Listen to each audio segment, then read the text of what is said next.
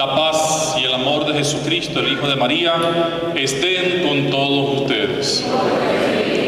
Vamos a iniciar esta celebración que nos recuerda el día del Señor, el día de la resurrección del Señor, como todos los domingos, y lo hacemos también en honor de nuestra patrona, Nuestra Señora de Chiquinquirá.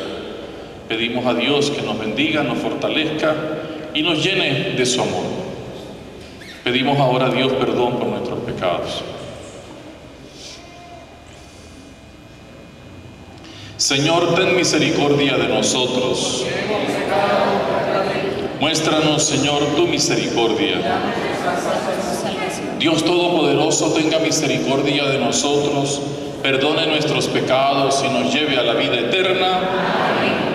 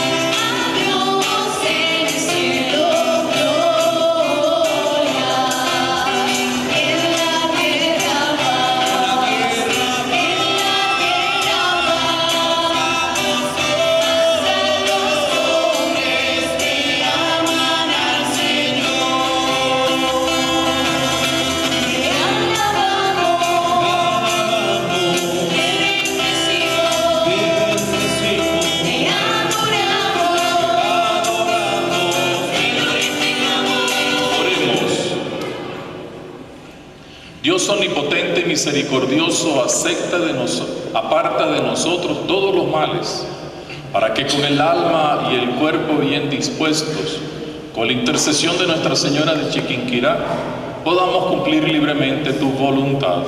Por nuestro Señor Jesucristo, tu Hijo, que vive y reina contigo en la unidad del Espíritu Santo y es Dios, por los siglos de los siglos. Amén. Para una vida eterna.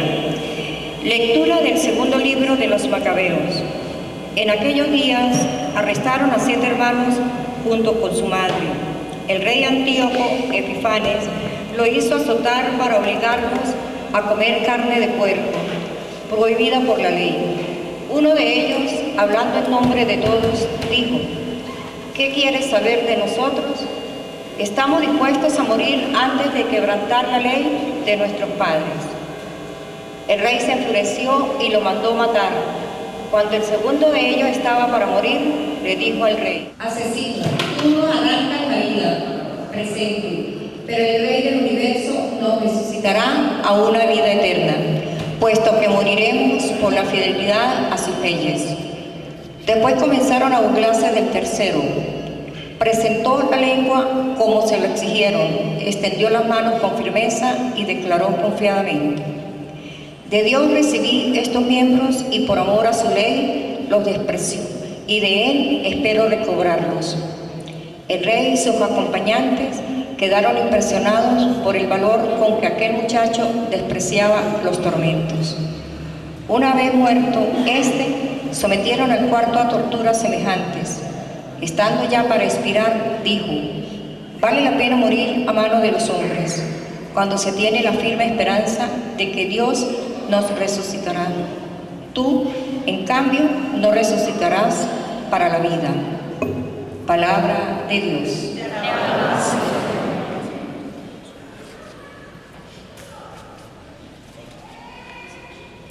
Al despertar, Señor, contemplaré tu rostro.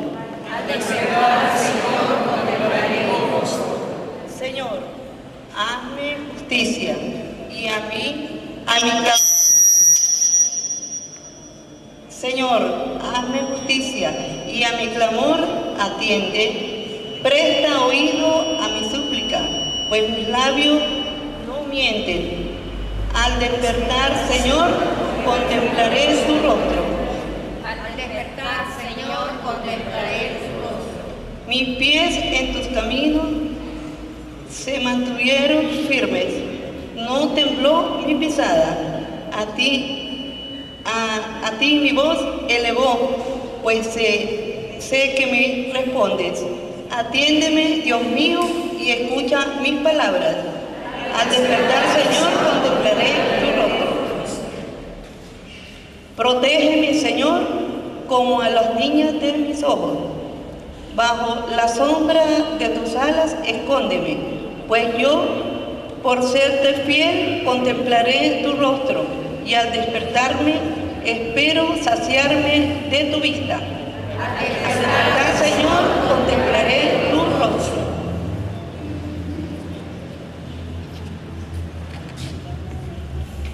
Lectura de la segunda carta del apóstol San Pablo a los tesalonicenses. Hermanos, que el mismo Señor nuestro, Jesucristo, y nuestro Padre Dios, que nos ha amado y nos ha dado gratuitamente un consuelo eterno y una feliz esperanza, conforten los corazones de ustedes y los dispongan a toda clase de obras buenas y de buenas palabras. Por lo demás, hermanos, oren por nosotros para que la palabra del Señor se propague con rapidez y sea recibida con honor, como aconteció entre ustedes. Oren también para que Dios nos libre de los hombres perversos y malvados que nos acosan, porque no todos aceptan la fe. Pero el Señor, que es fiel, les dará fuerza a ustedes y los librará del maligno. Tengo confianza en el Señor de que ya hacen ustedes y continuarán haciéndolo cuanto les he mandado. Que el Señor dirija su corazón para que amen a Dios y esperen pacientemente la venida de Cristo. Palabra de Dios. El Señor esté con todos ustedes. Y con tu espíritu. Proclamación del Santo Evangelio según San Lucas. Gloria a ti, Señor.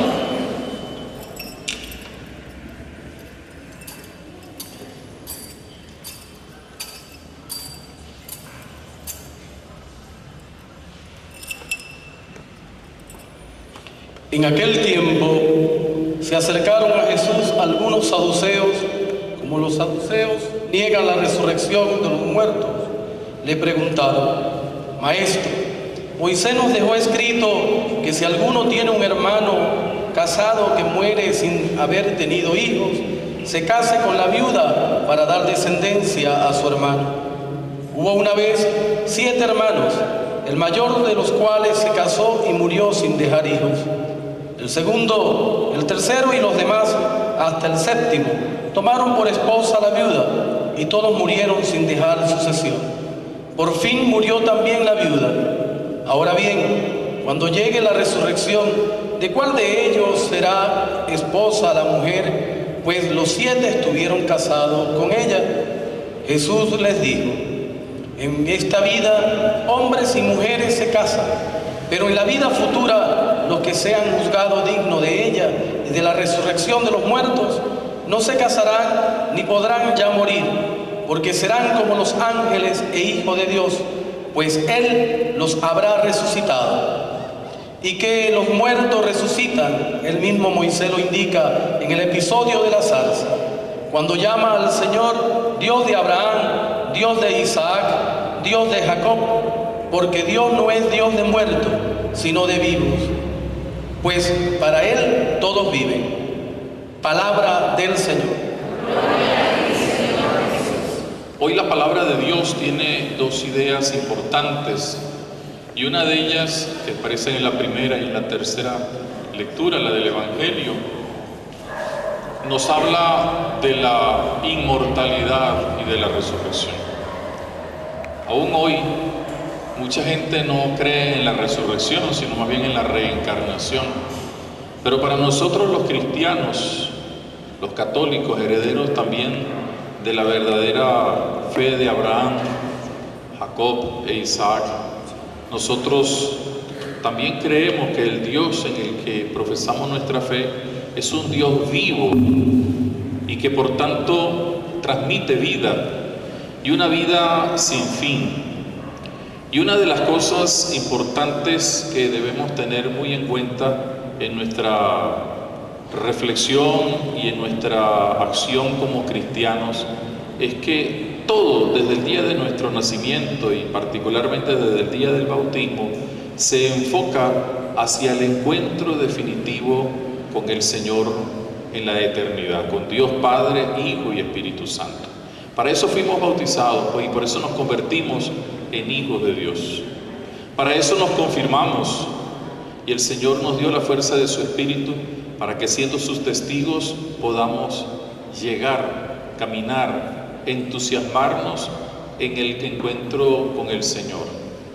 Y para que ese encuentro definitivo nosotros lo podamos ir experimentando, lo podamos ir adelantando, tenemos la palabra de Dios, que es palabra de vida eterna, y el pan eucarístico, que es pan de vida eterna.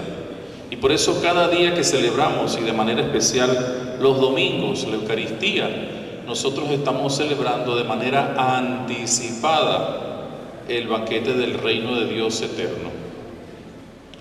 Y todo lo que nosotros vamos haciendo a lo largo de nuestra vida, a lo largo de nuestras acciones, de nuestra existencia, no es otra cosa sino ir poniendo, o mejor dicho, ir dando pasos para el encuentro definitivo con el Señor.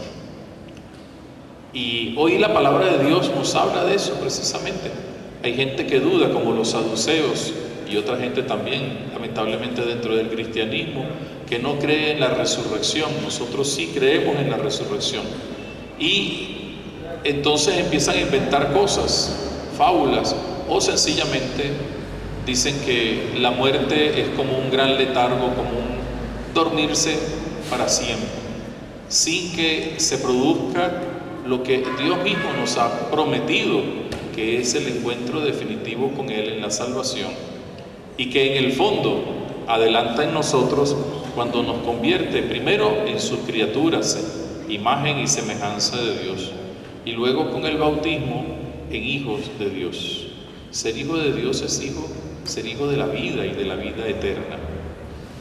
Creo que esto es importante que nosotros lo tengamos muy en cuenta, porque todos los actos que vamos haciendo, sean sencillos, complejos, estén revestidos de religiosidad o al menos de la vida cotidiana, vivida con honestidad, nos permiten hacer en nuestra vida, adelantar en nuestra vida, prospectar en nuestra vida el encuentro definitivo con el Señor.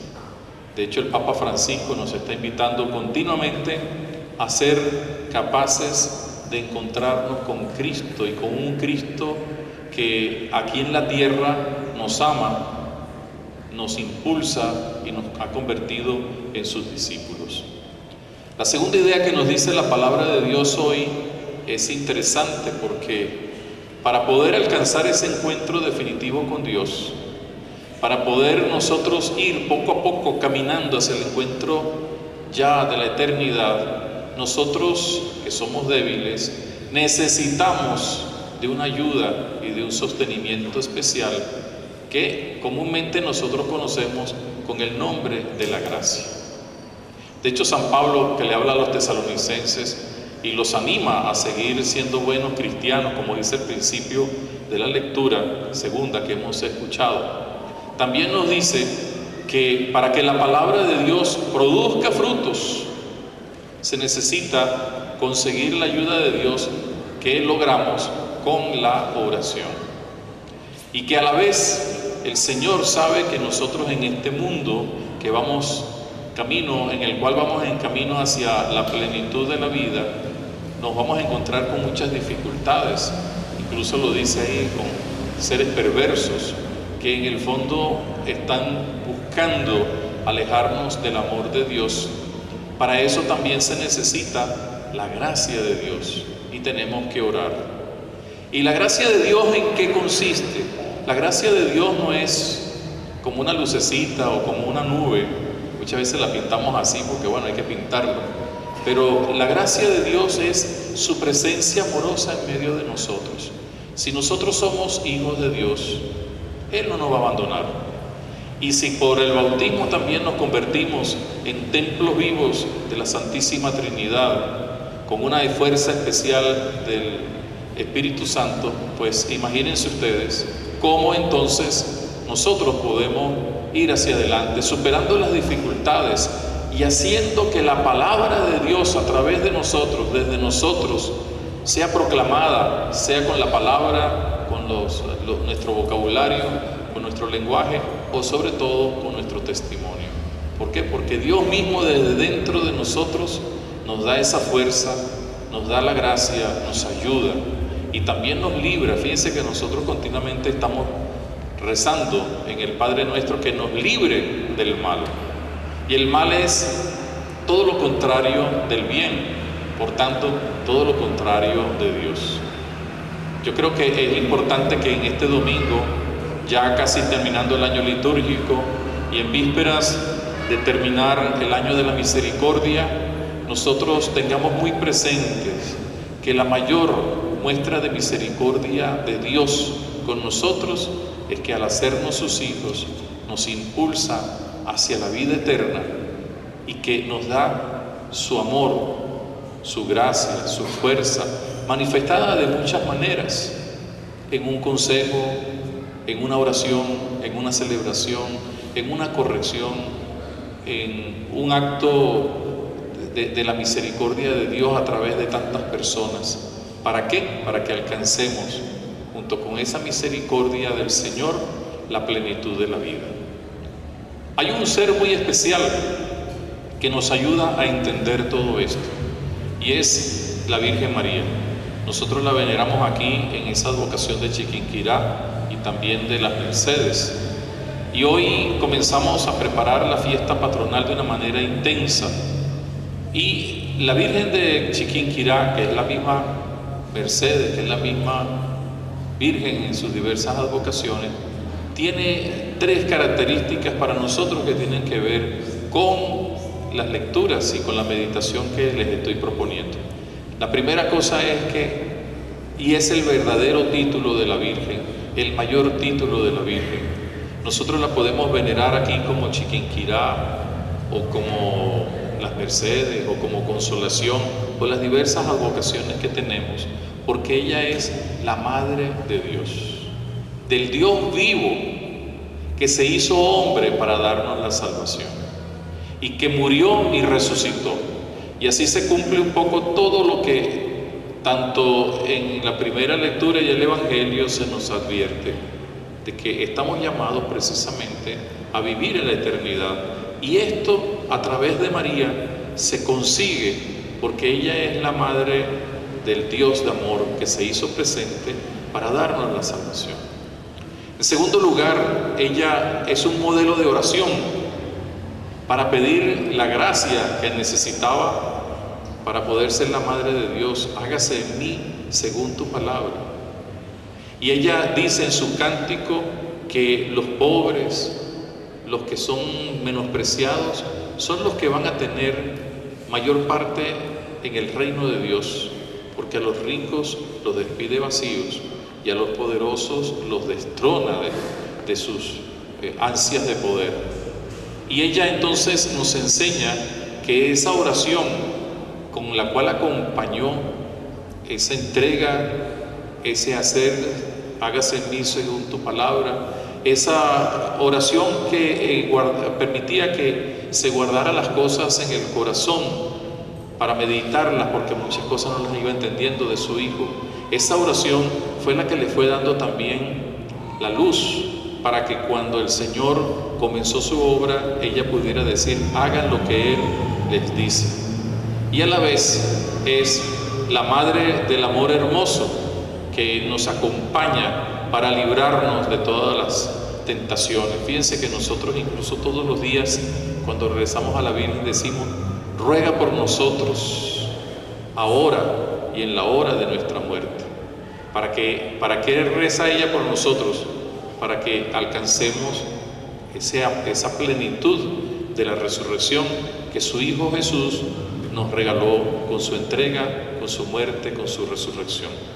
Y una tercera idea importante es que María aparece para todos nosotros como el gran modelo de lo que es la eternidad.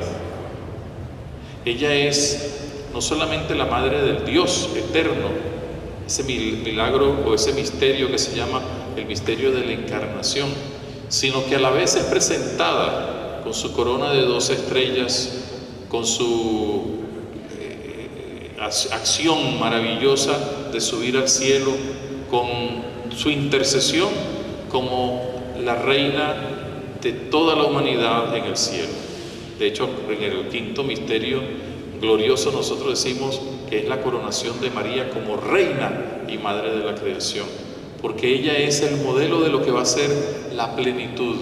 Y cuando Jesús, su Hijo, decide librarla del pecado original, pero a la vez llevarla en cuerpo y alma al cielo, nos está diciendo a nosotros dos cosas importantes: que también nosotros por el bautismo somos librados del pecado original, pero a la vez, así como ella subió al cielo, también nosotros estamos destinados a esa plenitud de la vida eterna. Vamos a continuar nuestra celebración. Ahora vamos a proclamar nuestra fe y luego en la celebración hagamos presentes al Señor nuestras intenciones, nuestros deseos, pero sobre todo nuestra decisión de ser discípulos de Jesús, que vamos camino de la plenitud, y que con el pan de la palabra, el pan de la Eucaristía que compartimos en esta noche, nosotros sigamos alimentando nuestra oración para que podamos ser testigos reales, ciertos de esa vida eterna y del resucitado. Si somos testigos del resucitado es porque creemos verdaderamente en la resurrección, como nos dice el Señor: yo soy la resurrección y la vida. El que cree en mí nunca morirá. Los que antes de mí murieron participan también de la resurrección por la gracia de la misericordia de Dios. Pero los que ya estamos bautizados lo tenemos como vocación, como destino. Que Nuestra Señora de Chiquinquirá, al ser homenajeada en esta tarde y todos estos días, con su maternal intercesión, nos ayude a ser hombres y mujeres de oración, confiados en la gracia de Dios y sobre todo testigos de la vida eterna anticipada en cada uno de nosotros. Amén.